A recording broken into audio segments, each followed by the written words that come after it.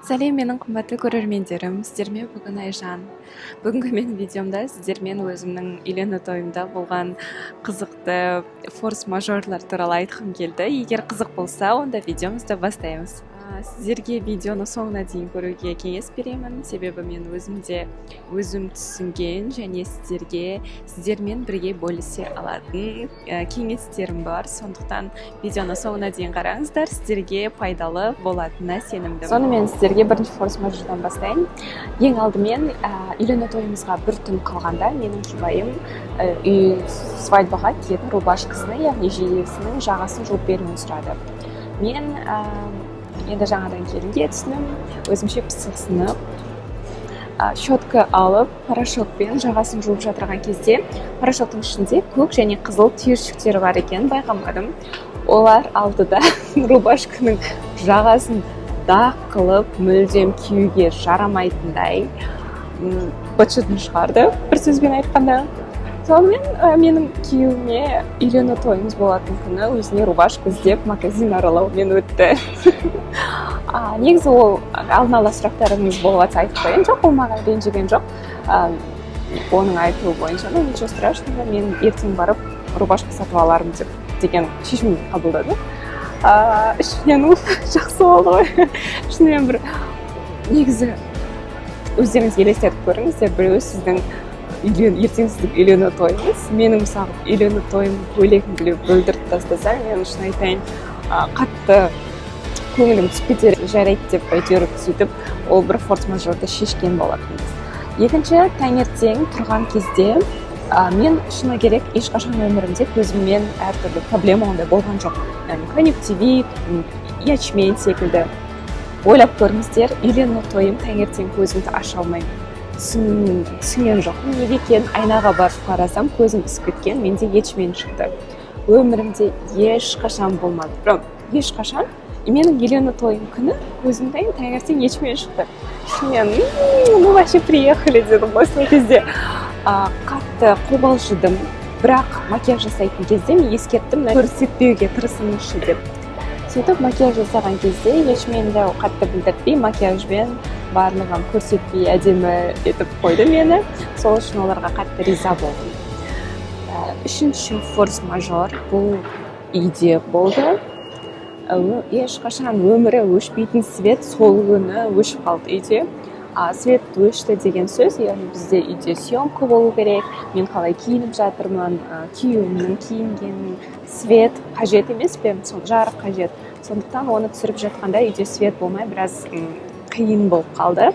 Және де онымен қоса менің күйеуім жаңа рубашка сатып алып, үйге келді, оны үтіктеу керек, свет жоқ, үтіктей алмадық. Сондықтан оған химчисткаға барып, әйтеуір үйтіп сол рубашкасын үтіктеп бір киетіндей әдемі қалыпқа келтіру үшін сондай бір форс-мажор болды бізде. Төртінші форс-мажор, мен мына жерге жазып қойдым барлығын. Мен ойладым, рубашкасын білдіріп алдым, жарайды шештік. Көзімнен ячмень шықты. Окей дедім. Одан кейін осы свет өшіп қалды. Ну ладно, окей. Но қызықтың көкесі соңында болды. Даже оның видеосы бар, мен сіздерге қазір көрсетем оны. Төртінші менің самый такой форс-мажорым болды видеосъемка кезінде, фотосъемка. Маған операторлар фотаңды жайлап көтеріп күл деген болатын. Мен олардың айтқан орындауым керекпін. Жарайды деп күліп жатырғанда, қазір дауысын қаттырақ шығарсаңыздар естисіздер менің көйлегімнің жыртылғанын. Что, дайынсыз да? Иә. Клеимся. Все, поехали, открываем фото. Что там? Я платье свое порвала. Мен сөйтіп үйлену көйлегін жыртып алдым. Клеимся. Все, поехали, открываем фото. Что там? Я платье свое порвала. Где? Үйлену тойымыз болатын күні. Мен шын айтайын, қатты жылағым келді, мен кетіп қалғым келді, мен сұрағым келді, можно деп свадьбаны перенести, там, не знаю, потом ойлап көрдім. Қанша қонақ шақырып қойдық. Қандай шақыру билеті, оның барлығы жұмыс, еще мен деген мына жерде оны ауыстырсақ қалай болады деген басыма ойды бірден алып тастадым, себебі хочешь не хочешь свадьба болады, ну не то что не хочешь, просто сондай бір какой-то моменттер көңілімді түсіріп жіберді. Жылағым келіп, бірақ мені барлығы, менің подружка невеста дейміз ғой, қыз жолдас, барлығы маған көмектесіп, қолдап, той бойы менің көйлегім бір 10 рет жыртылған шығар, менің қолым жыртылып кетті, мәуірі қолтық жағы дейді ғой. Сол жерім, мысалы, қолымды сосын мүлдем көтере алмадым. Біз еще күйеуімізбен билеуіміз керек еді. Мен әрең билеп шықтым, бірақ бәрі ешкім онша білген жоқ менің көйлегім жыртылғанын.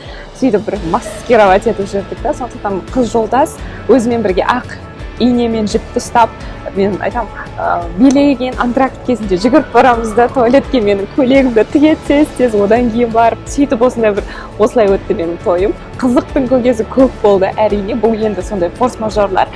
Сондықтан сіздерге кеңестерім, егер жақында немесе болашақта, құдай қаласа, әрине, сіздерде де отбасыларыңызда осы өздеріңіздің жақсы көретін адамдарыңызбен бірге отбасы құруға жетсін, әртүрлі форс-мажорлар болса, мүлдем көңіліңізді түсірмеңіздер.